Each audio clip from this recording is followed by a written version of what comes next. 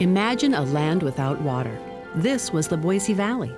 But the Boise Diversion Dam changed all that, bringing water to a dry and thirsty land. And that water brought life to our valley.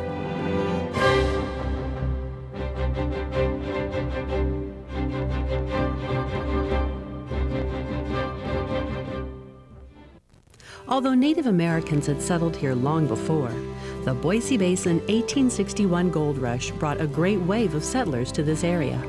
Miners in Idaho City needed food and supplies. The Boise Valley presented an ideal site for farmers and merchants to provide for their needs. By the time the gold had been mined out of the basin, the Boise Valley was already established as a permanent farming community in its own right.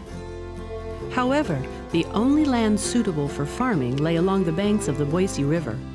Although farmers dug ditches and canals to divert water from the river, thousands of acres of desert land, potential farmland south of the Boise River, stood dry and unusable. That's why, in 1884, Arthur D. Foote proposed the development of a huge canal to carry irrigation water for farms throughout the valley. However, Foote did not foresee the major difficulties involved in financing a project of this size. One group of investors after another attempted the canal project, only to be stopped by legal and financial complications. One of the largest groups of investors came from New York.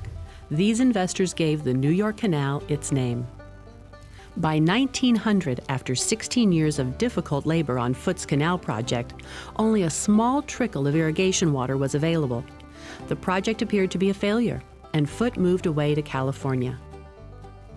Then the 1902 Reclamation Act opened the door to new possibilities, and the government began investigating the New York Canal project. The large amount of money necessary to complete the canal, which other investors could not or would not finance, could be supplied by the United States government under the Reclamation Act, and then repaid over the years by water users. The main goal of the Reclamation Service, now called the U.S. Bureau of Reclamation, was the irrigation or reclamation of dry lands in order to establish farms throughout the West. After acquiring the New York Canal, Reclamation enlarged the plan to create Deer Flat Reservoir, with the canal extended to it, a length of 40 miles. 2 dams were constructed to form Lake Lowell, where water could be stored and then distributed to the farms during the growing season. The new plan also included the Boise Diversion Dam, built to divert water from the Boise River into the New York Canal. The diversion dam, completed in 1908, was built high enough to fill the canal. The spillway could discharge water at the rate of 40,000 cubic feet per second, or 4,000 bathtubs full of water per second, and the canal could supply 1,850 cubic feet of water per second, or 185 bathtubs full per second. On February 22, 1909, a crowd of 3,000 cheering spectators lined the banks of the New York Canal for miles to watch the first surge of water at its opening. That day, Governor James Brady declared, "We here in Idaho are not in the rear ranks. We are putting in canals as great as those of ancient Egypt." Water was released through the diversion dam. The crowd cheered wildly. And life changed forever in our valley. Without water, there had been no way to raise crops or livestock. Irrigation brought the valley to life. Farmland produced abundantly, and settlement flourished. There was, however, more potential farmland needing irrigation.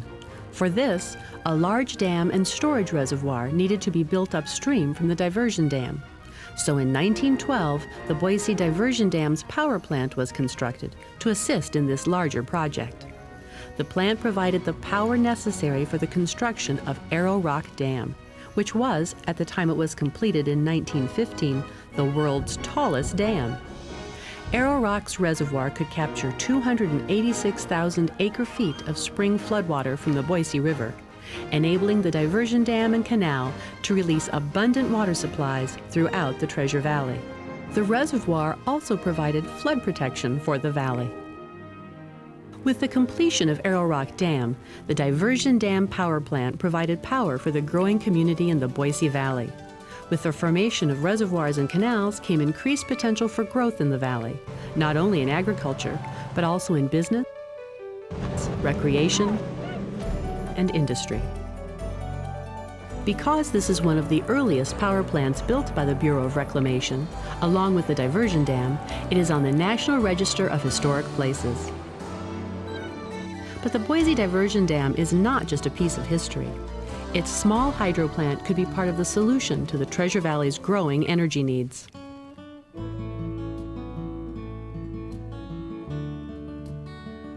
For in the wilderness shall waters break out, and streams in the desert, and the parched ground shall become a pool, and the thirsty lands springs of water.